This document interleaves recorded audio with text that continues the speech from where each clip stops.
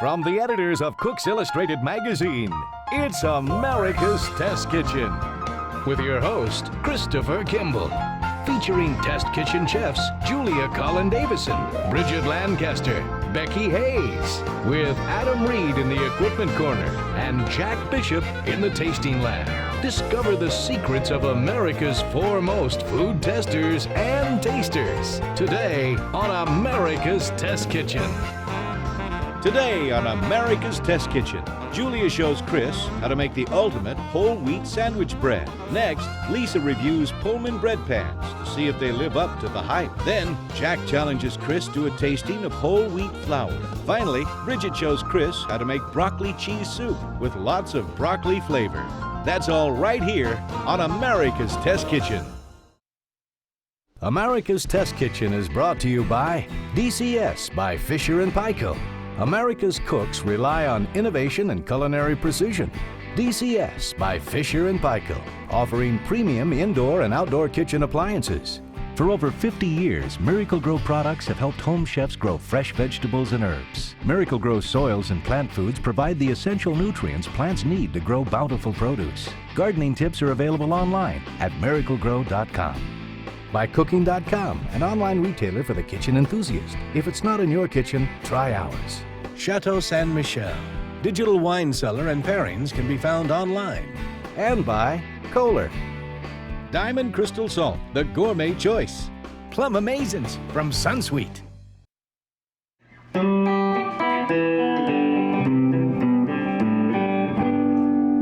I was a deadhead back in the 60s, and I learned many things, like how to play Friend of the Devil or remember Uncle John's Band. I also remember eating really bad overcooked mushy brown rice and carrots, eating burnt oatmeal in the rain, and of course, whole wheat. We made the worst whole wheat bread in the world. You can use that as the foundation for your yurt. It's time to get rid of the tie-dye. Let's put on a bow tie, go into the test kitchen with Julia, and figure out how to make a grown-up version of whole wheat bread.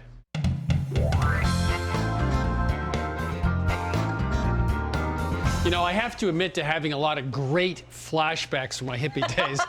One of the worst flashbacks I have is this loaf. I mean, you could put it in the barn for a couple of weeks and come out and still eat it. Those are some pretty bad extremes there. Of course, that one has so much wheat flour in it, there's no air, and it's just dense, and if you sliced into it, it'd be crumbly. And this is, yeah. Obviously, this is just white sandwich bread with enough wheat flour in it to make it look wheaty, but that doesn't really have any texture, Yeah, no wheat flavor. And they sell this as whole wheat bread, please. Okay, done so with our that. bread is going to be in the middle of those in terms of texture. Good. And we're going to start with what's known as a biga, or a pre-ferment. And this is really what separates a good loaf of bread from a great loaf of bread. Now, this is a portion of the flour, the liquid, and the yeast. We're going to mix it together and let it sit overnight, and that makes a really deep, complex flavor. And this is 2 cups of bread flour. Wheat flour doesn't make great gluten, so you need to bolster the gluten by using a great flour. 1 cup of warm water, and this is half a teaspoon of instant or rapid rise yeast. We're just going to mix this together. You know, that's interesting, because that formula, 2 cups of flour, 1 cup of water, and 1/4 to a half teaspoon of yeast, is sort of a generic formula for what is essentially a sponge or a biga. That's right. And really, you know, the flour starts to break down a little bit. The yeast works its magic and starts to bring out some of those flavors. You just want to make sure all the pieces of flour are nicely incorporated. All right, so this is going to sit at room temperature for at least 8 hours or up to 24 hours. But generally, you want to make it the day before you make the loaf of bread. Meanwhile, I wanted to have a little chat with our science editor, Guy Crosby, about the problem with baking with whole wheat flour. All right, so anybody who's ever baked bread and used whole wheat flour knows there's a problem, which means the bread doesn't rise as much, it's a little heavier, it just doesn't have that nice, light texture. So let's start at the beginning. How is whole wheat flour different than regular white flour? Chris, whole wheat flour is made from the entire wheat kernel. One part's called the endosperm, and that's the biggest part. That contains all the starch. It also contains the proteins that eventually react to form this material we call gluten that's important for holding in gas and allows bread to rise. But whole wheat flour contains 2 other components of the wheat kernel that the refined flour does not. One of them is the bran. The other is the germ. That's the little part of the kernel that's going to grow into a new plant. That material contains protein, but it doesn't form gluten. The germ contains a substance called glutathione that reduces the development of gluten. Yeah, okay, so you're sneaky. So you just threw in this glutathione thing. Well, I don't know what that means. And somehow it causes a problem with gluten. You got to explain that one. Okay, well, let's talk about how those two proteins, gluten and gliadin, combine to form gluten. We've got two proteins. They contain some sulfur atoms. And when the sulfur atoms find each other, they come together and they form a bond together. And that produces gluten. And the more bonds we form between these two proteins, the stronger the gluten, the more air it'll hold in. The problem with this little molecule we call glutathione, it also has its sulfur atom. And so when its sulfur atom bonds with one of the sulfur atoms on a protein molecule, then that means that bond can't form with another protein. So we form less bonds between the proteins. The gluten is a lot weaker.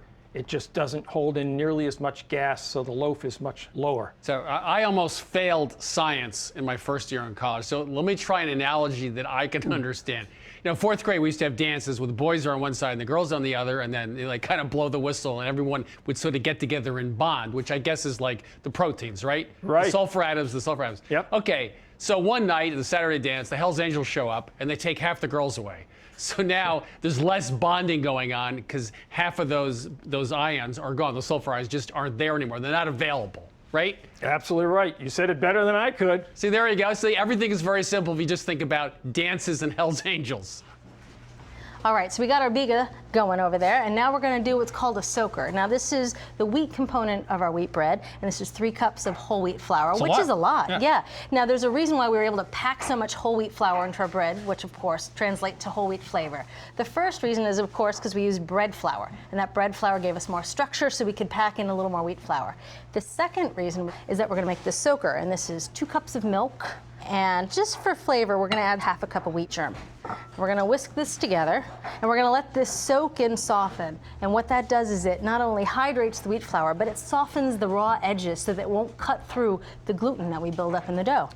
So inquiring minds might ask, what's going on with this soaking notion? Why does it completely transform our recipe for whole wheat bread? Well, a few things are going on. First of all, the whole wheat flour is sharp. That is, the fibers are sharp. They can actually deflate a dough. And by sitting in water, they actually get smoother, and that tends not to happen as much. The second thing that goes on is enzymes are converting starch to sugar. And one of the problems with whole wheat flour is it's sort of bitter, so you get a much sweeter, nuttier flavor. Third thing, of course, it allows us to up the quantity of whole wheat flour to 60%, which is very high. The last thing is that the proteins, these proteases actually, they're called, in the flour, think of a big ball of rubber bands. Well, they have to be snipped, they have to sort of lay out and recombine and create a framework. And when the gases come out from the yeast, that actually makes a much nicer rise. Well, over time, that's exactly what happens. Some of these enzymes go in and cut the proteins, and you get the framework you need for a high and much lighter loaf. All right, so this has made a nice bit of dough, and you can lightly dust the surface with a little extra wheat flour if it seems a little sticky. You're just going to knead it to make sure it's really evenly combined throughout, and there's no little pockets of wheat flour that aren't hydrated. And that looks pretty good. Looks nice and round. Now we're going to put it... Have you kneaded before? I have, yeah, just a little bit. It looks like you've got a lot of practice. All right, now we're going to cover this, if you wouldn't mind, with plastic wrap. And whereas the biga is going to hang out at room temperature to really ferment, this we're going to throw in the refrigerator. By keeping it cold, it'll prevent the dough from overheating when we need it. All right, so these have been sitting for about 8 hours. Now this again is the biga, and it was on the counter, and this was the soaker. So it was in the refrigerator, and you can see it's nice and chilled, which is good because we're about to make our dough in the standing mixer. And of course, the friction from the mixer really heats dough up, and this chilled soaker will make sure the dough temperature doesn't get too hot. So the key to getting this sort of chilled, sticky soaker incorporated into the dough pretty easily is to tear it into small pieces before you put it in the bowl. So you want to break these into about 1-inch pieces. All right, so that's the soaker. Now we're going to add our biga. And this is so soft and fluid, you don't need to break it apart into pieces.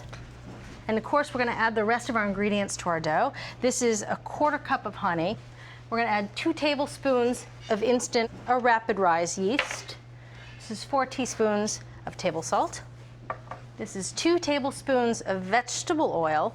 And we're going to add 6 tablespoons of unsalted butter. Butter and sandwich bread obviously makes it taste a little richer.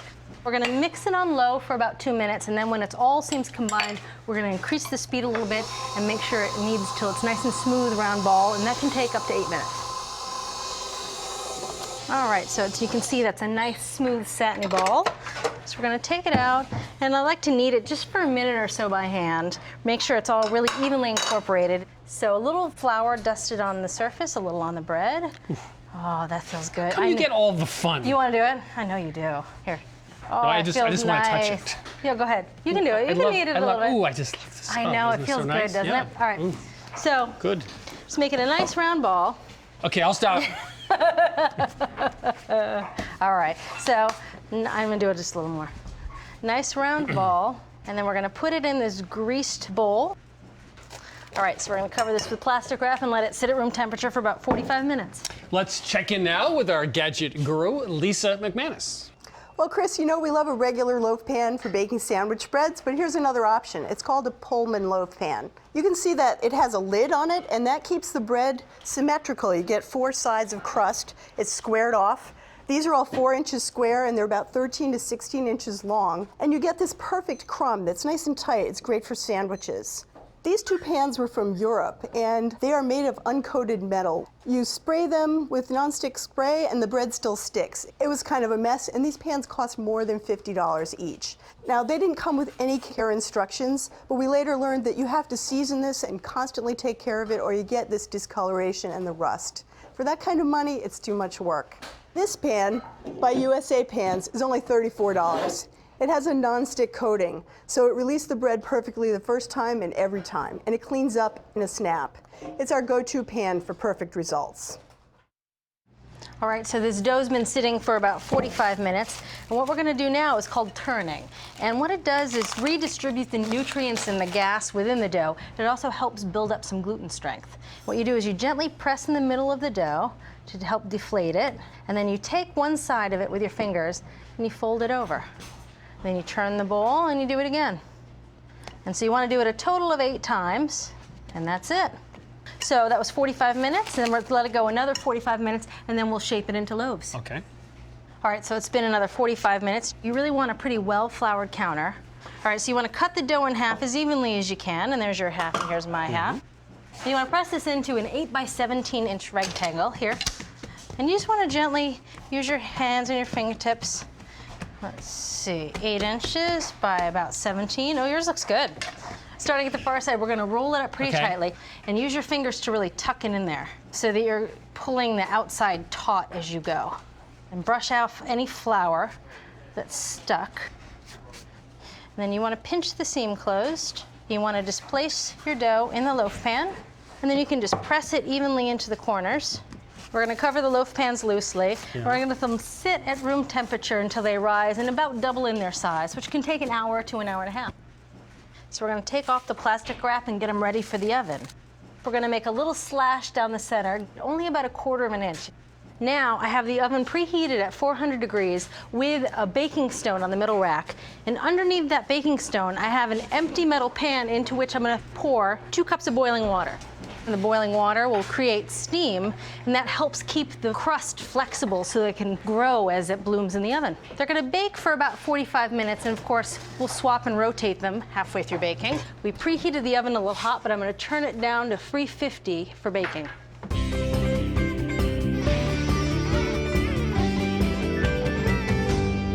These days, everyone's into whole grains, and when a recipe calls for whole wheat flour, you go to the supermarket and pick the first bag that says whole wheat on it, and you take it home, never giving it a second thought. Is there a difference between brands?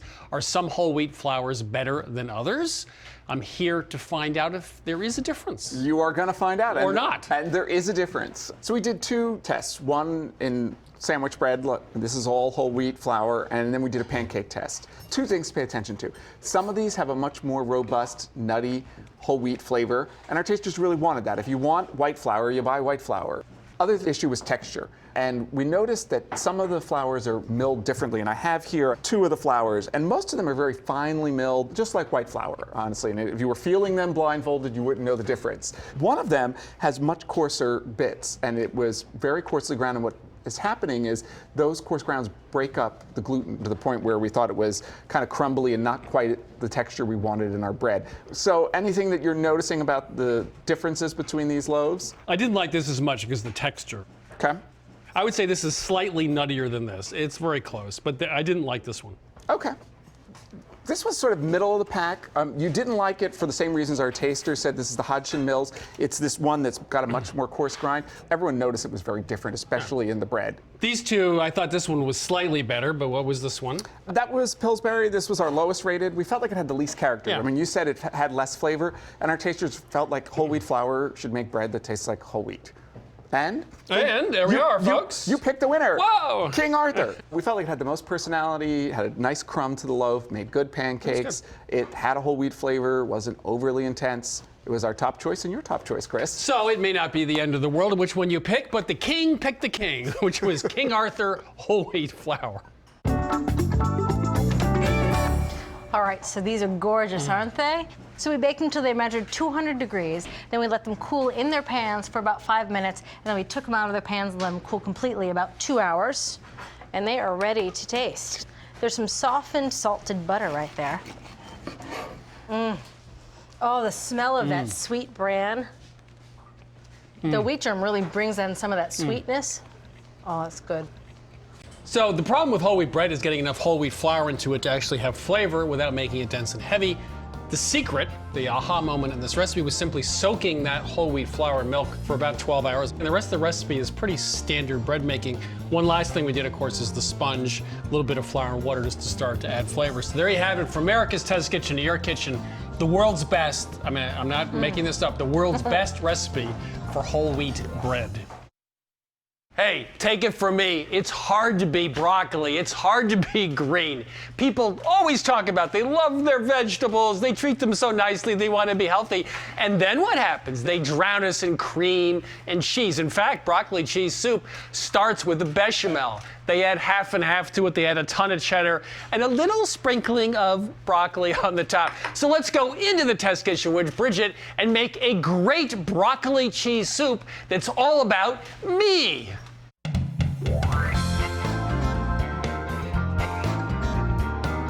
So as you all know, we test recipes endlessly, and then we finally send them out to our viewers and have them comment on them. And this just goes to show what you do with our recipes. This was a beef stew test, and the woman replied she had 4 points. 1, I had a tragedy with my oven. 2, I used the crock pot instead for the final cooking. 3, it took too long. Well, okay, you put it in a crock pot. My 4th is, this is her criticism of the recipe was, I don't eat beef stew. We worked very hard to make sure you like our recipes, but if you don't like beef stew, sometimes it's all for naught. But everybody loves broccoli cheese soup. So everybody should love broccoli and cheese soup because it should taste like broccoli and not so much like the cheese. And that's how we're going to reverse engineer this recipe. We're bringing back the broccoli. Now, many recipes will use a pound of broccoli, which actually sounds like quite a bit for a regular broccoli cheese soup. But we're doubling down here. We're going to use 2 pounds of broccoli because we want broccoli to be a star of the show. So just want to separate the stem from the florets. We want to cut the florets up into about, inch-sized pieces should do it. And see where I have a little bit of the stems here. I'm just going to start slicing the stems into 1/4-inch slices. All right, so for the stem here, just want to trim off this hard little end. So I am going to peel this, get rid of any of the fibrous exterior here. And we do want to treat this slightly differently because it's more fibrous. It's harder for the flavor to come out. I'm going to get rid of all that, and I'm just going to cut this, again, into about 1/4-inch slices. I've got 2 tablespoons of unsalted butter. If you wouldn't mind putting that in the Dutch oven, heat that over medium-high heat until the butter just stops foaming. And that's actually a really good key visual because that means all the moisture in the butter has evaporated, we can get a much better saute. All right, so let's go ahead and pile in all that broccoli. Okay, now in addition to this, I'm going to add a little bit more flavor here. We've got 1 onion, again roughly chopped, 2 minced cloves of garlic, in they go. Now this is dried mustard. Dry mustard and cheddar are a very classic combination. Adds a nice little flavor here, a little bit tart. Just a pinch of cayenne pepper in there, and a teaspoon of just regular table salt.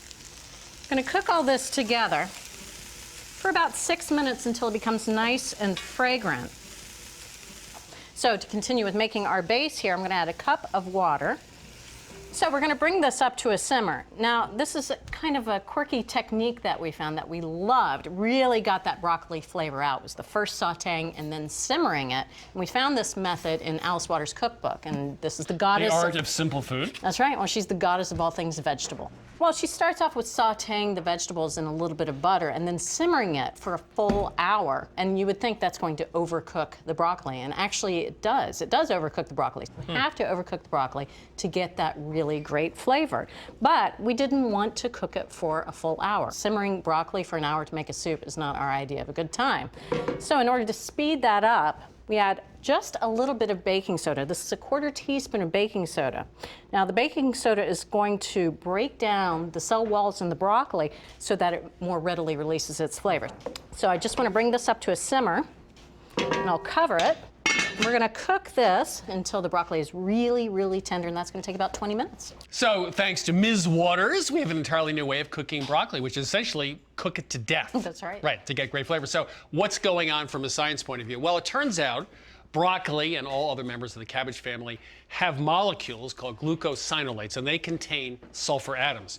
That's perfectly fine because there are also enzymes in the broccoli, and they're locked away in the cell walls. When you heat things up, the cell walls break down, the enzymes attack the molecules, the sulfur atoms come out, you get sulfur compounds, and you get the traditional off sort of sour flavor. The great thing that Alice figured out on her own, without our help at all, is that over time those sulfur compounds break down and you're left with a sweet, nutty flavor. So for great broccoli, cook it a long time, the sulfur compounds break down, and you get a fabulous flavor. All right, so it's been about 20 minutes. Let's take a look at this. You can see that the broccoli is very cooked. I mean, it's incredibly tender. It's quite mushy. This does look like a mistake. It sure does. It does, I mean, really. But you can smell the broccoli. It actually smells sweet. And nutty, as I said. None of that stinky flavor. No, That's right. Now, I already had 1 cup of water in order to break down that broccoli. I'm going to add 2 more cups at this point, along with 2 cups of low sodium chicken broth. Go ahead and crank this up to medium high.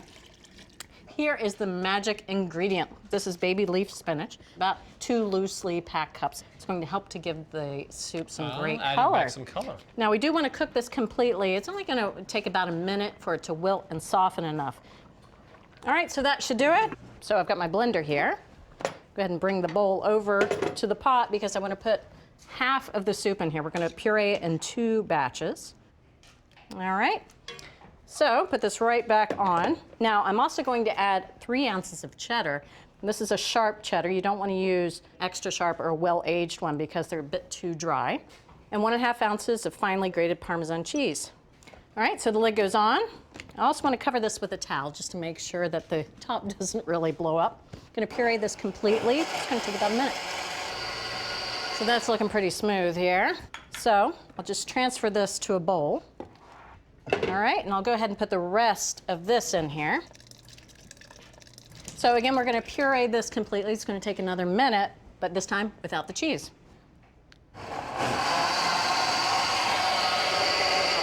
All right, so that looks good, and you can see the green color is back. So I'm just going to turn this to medium heat. I'm going to add a little bit of salt and pepper. You can always use a little bit more cayenne if you'd rather instead of black pepper. I think the black pepper adds a really nice flavor. So we can ladle up 2 bowls. It does, I have to say, the color is very nice. Isn't that gorgeous? Yeah. Super creamy. Got more Parmesan, which I'm going to sprinkle on mine. And then we also have some great buttery croutons. Here we go. Looks good. Tell me what you think. You know what? This is really good. You know, nutty is the operative term here. It has a rich flavor, yeah. So we've completely reinvented broccoli cheese soup. We made it from a cheese soup. It's now a broccoli soup. 2 pounds of broccoli. And we would have cooked it for a full hour. That was Alice Waters' idea. But the baking soda meant only 20 minutes. And we finished it off with a modest amount of cheese, cheddar and Parmesan. There you have it from America's Test Kitchen, New York Kitchen. A fabulous recipe. Easy, delicious. Should I say, you say the healthy thing. Go ahead. And it's slightly healthy. And it's good for you, too. Broccoli cheese soup. You can get this recipe and all the recipes from this season. Also, tastings, testings, and you can watch selected episodes from our show at americastestkitchentv.com. And we're also on both Twitter and Facebook. America's Test Kitchen is brought to you by DCS by Fisher & Paykel. America's cooks rely on innovation and culinary precision. DCS by Fisher & Paykel, offering premium indoor and outdoor kitchen appliances. And by Kohler, inspiring home chefs to create a professional-level kitchen with innovative sinks, faucets, and cook centers. Kohler. And by Diamond Crystal Salt for the professional chef and those who want to cook like one. Diamond Crystal, the gourmet choice. By Cooking.com, an online retailer for the kitchen enthusiast. If it's not in your kitchen, try ours. By Plum Amazins, diced dried plums from Sunsweet for amazing recipes. By Miracle Grow, the gardener's friend. And by Chateau Saint Michel.